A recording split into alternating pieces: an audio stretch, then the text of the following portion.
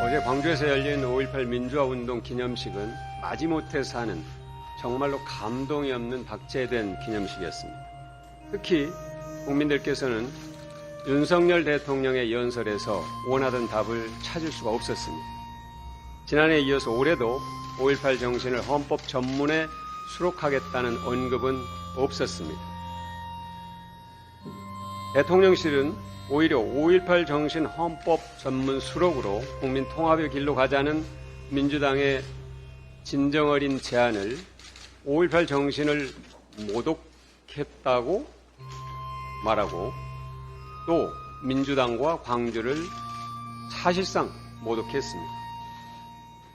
국민의힘 역시 정말로 책임 없는 불분명한 자세로 국민을 실망시키기는 마찬가지입니다.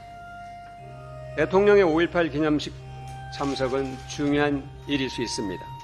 그러나 그것이 진정성 있게 중요하려면 어떤 자세로 어떤 다짐을 하는가입니다. 실망과 감동은 종이 한 장 차이입니다. 어렵지 않습니다. 감동을 주는 것이. 국민들께서 원하시는 길, 5.18 정신 헌법 전문 수록을 약속하는 것입니다. 윤석열 대통령께 거듭 말씀드립니다. 국민 통합의 길을 가시기 바랍니다.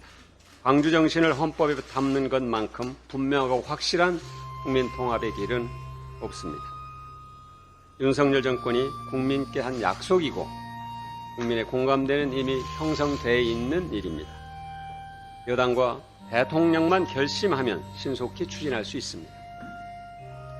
구체적 일정을 협의할 수 있도록 언급하시기 바랍니다. 민주당은 적극 협조할 것입니다.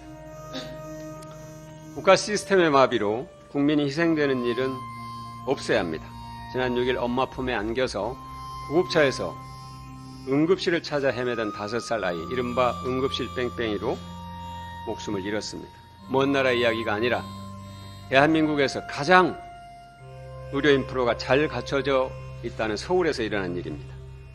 지난 3월 대구에서도 비슷한 사건이 있었습니다. 소아의료체계와 의료 응급체계 시스템의 붕괴로 아이들이 더 이상 목숨을 잃지 않도록 정부가 정말 절박하게 나서기 바랍니다. 정부의 소극적 대응으로 전세 사기 국회 입법이 늦어지는 사이에 벌써 전세 사기 피해자 4분이 생을 마감했습니다.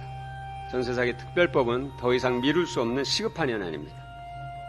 그럼에도 국토위 법안 소위는 여당의 터무니없는 고집으로 진척을 보지 못하고 있습니다. 전세 사기는 사회적 재난입니다.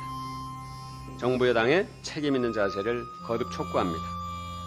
다음 주 월요일 국토위 소위가 다시 열릴 예정입니다. 더는 시간이 없습니다. 피해자들에게 실질적으로 도움을 줄 수 있는 방안을 정부 여당이 제시하시기 바랍니다. 윤석열 정부는 민생의 길을 절박하게 인식하고 국민의 삶을 지키는 일에 국정의 역량을 집중해 주기 바랍니다.